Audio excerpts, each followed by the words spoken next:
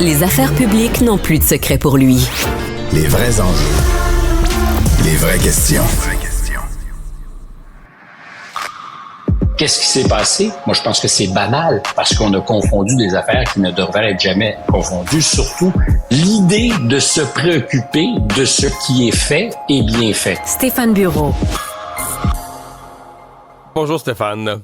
Salut Mario. Pour avoir assisté 100 fois dans ma vie à des gouvernements qui annoncent des réductions de dépenses, le classique facile, c'est tu pognes un organisme puis tu dis il y a tant d'employés, des milliers, 10 000 employés, ou 5 000 employés, on va en couper 10 %, on va en couper 500. Ça, c'est la coupure, appelons ça classique. Mm-hmm. Ce qu'Elon Musk semble en voie de faire, c'est un peu plus fondamental comme re-questionnement de tout ce qui se fait comme dépenses. Oui, tu as raison. Symboliquement, quand tu réduis les troupes, ça donne l'impression que tu fais les coupes franches qu'on attendait. Ceci étant dit, c'est pas facile parce que des fonctionnaires sont généralement des employés syndiqués. Donc, des mises à pied, c'est pas nécessairement quelque chose que tu peux faire rapidement. Et quand tu regardes ce qui se dépense au Canada ou aux États-Unis, dans le cas qui nous intéresse, il y a les gens qui sont payés à bien faire ou mal faire selon l'opinion que tu as sur le fonctionnariat. Mais surtout, tu as beaucoup de dépenses qui sont liées par exemple, aux États-Unis, à la défense.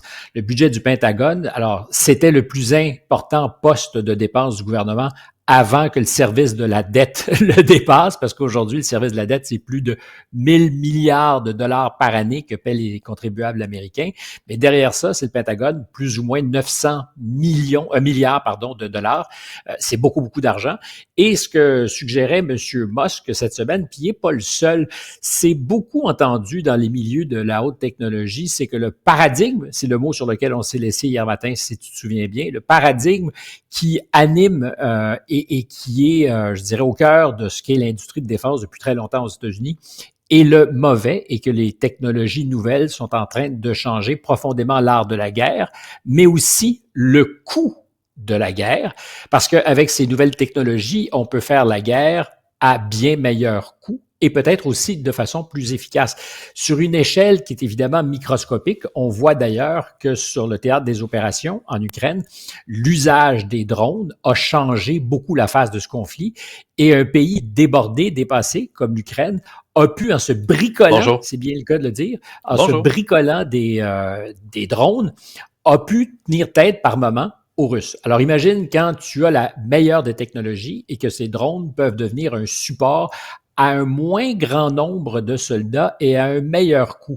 Le plus bel exemple, j'en ai parlé au printemps dernier à une de mes chroniques, mais le plus bel exemple pour ceux qui sont curieux, c'est une petite start-up qui est animée par Lucky Palmer. On pourrait penser à un personnage extrait d'un film de Quentin Tarantino. Lucky Palmer, c'est le jeune et génial créateur du premier casque de réalité virtuelle qui avait été vendu à Meta pour 2 milliards de dollars. Ça lui a donné assez de fuck you money pour s'intéresser à d'autres choses, y compris à la défense, en disant partons de rien.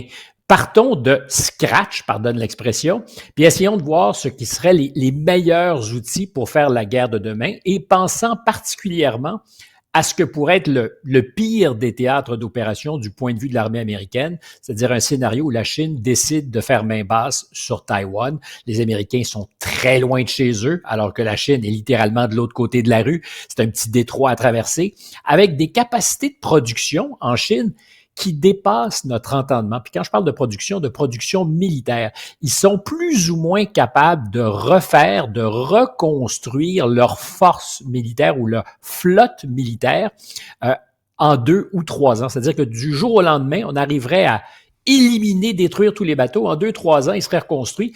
Alors que parce qu'ils ont la main-d'œuvre, ils ont les usines, ils ont les ressources. Quand tu es chinois, tu rêves pas d'être influenceur. Peut-être qu'il y en a quelques-uns, mais il y a encore beaucoup d'ouvriers qualifiés, beaucoup de gens, beaucoup de main-d'œuvre qui travaillent sur des chantiers qui produisent, par exemple, des bateaux. Et donc, les États-Unis ne sont plus capables, dans un contexte de pénurie de main-d'œuvre qui ressemble évidemment beaucoup à ce qu'on connaît, sont plus capables, sur le nombre, de compenser. Et ajoute à ça la distance, si on parle de Taïwan. Alors, c'est quoi la solution? C'est de produire en masse des solutions qui coûtent moins cher. On parlait hier, pour se mettre un peu le sujet en bouche, des F-35 que le Canada a acheté. Je pense qu'on a acheté à peu près 80. à 150 millions pièces. C'est combien de drones tu peux avoir pour 150 millions? D'abord, un nombre illimité et à terme, les drones, ça va devenir des avions de combat qui ne seront pas pilotés par des humains, mais un humain pourra peut-être en piloter avec l'appui de l'intelligence artificielle. 4, 5, 6, 7, 8, 9, 10. Ou alors, tu auras des avions avec un navigateur opérateur derrière en deuxième place qui seront accompagnés à côté d'eux d'une phalange de drones ou d'avions de combat qui seront pas pilotés par des êtres humains. On parlera du 1 pour 50. Un humain pour 50 appareils alignés.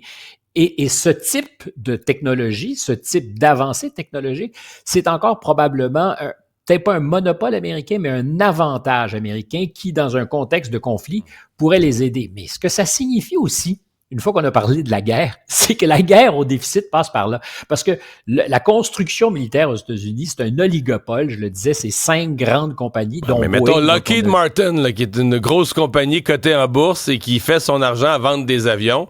Ils doivent capoter quand ils voient ça, là, des déclarations comme celle de Musk, ils doivent capoter, là. Ben, toi qui aimes suivre le cours des indices boursiers, la semaine dernière, quand Musk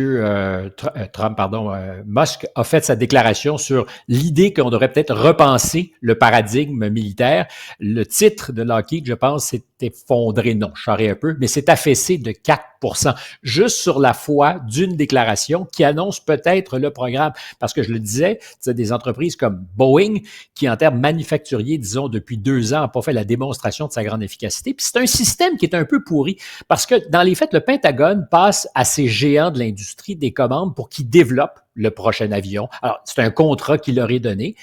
Et ils ont absolument aucun incitatif à être performants parce qu'ils vendent pas un produit fini qu'ils ont développé.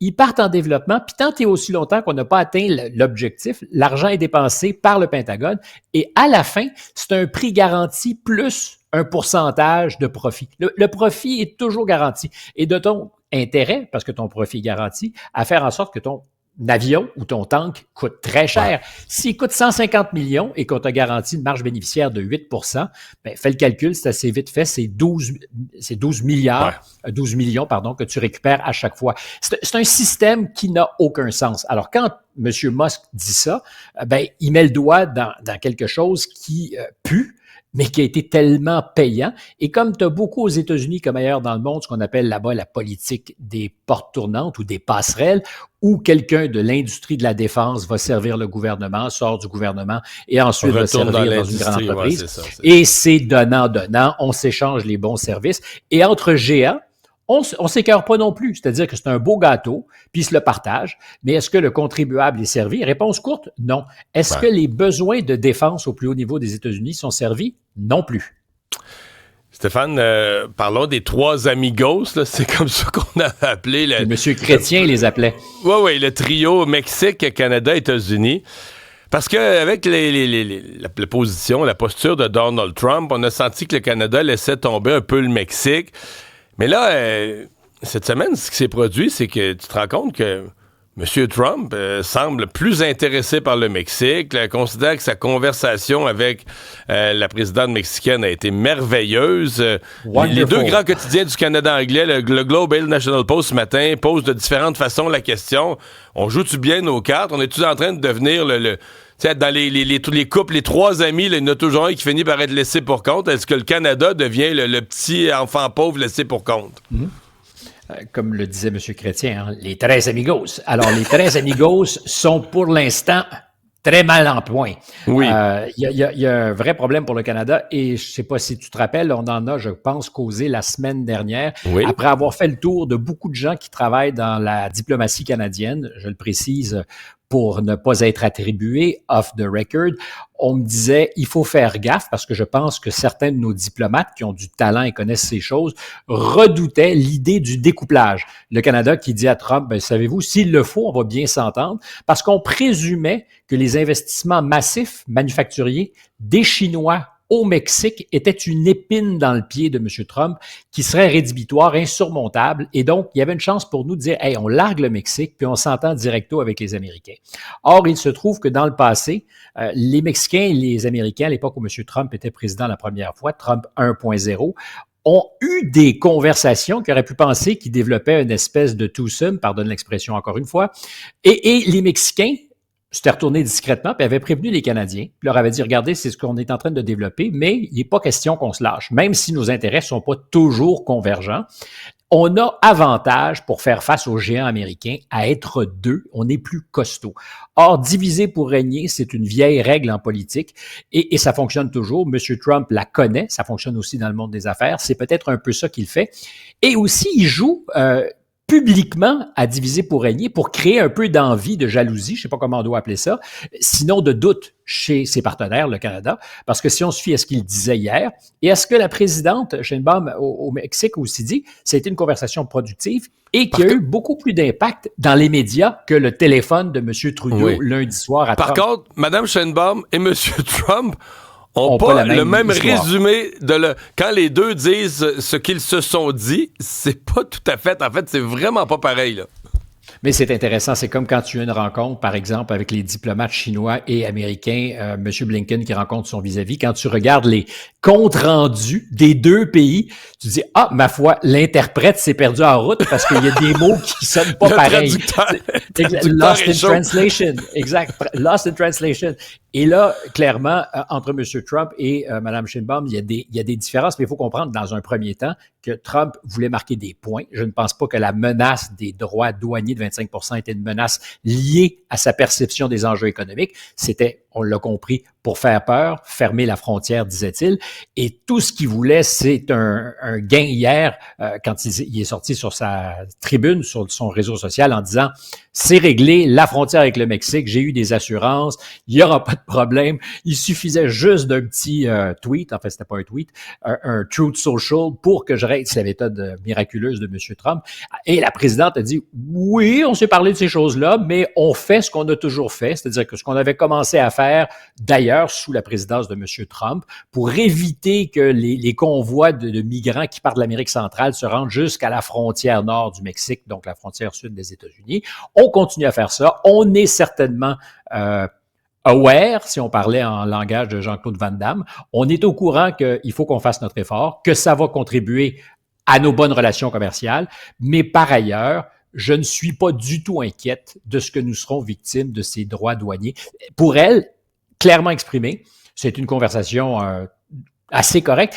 Et là où elle, je dirais, joue un peu dans la mécanique de Trump, c'est qu'elle dit « J'ai été très surpris parce que le président ne savait pas vraiment de quoi il parlait quand il m'a parlé de l'épidémie de fentanyl, comme si au Mexique, c'était notre problème.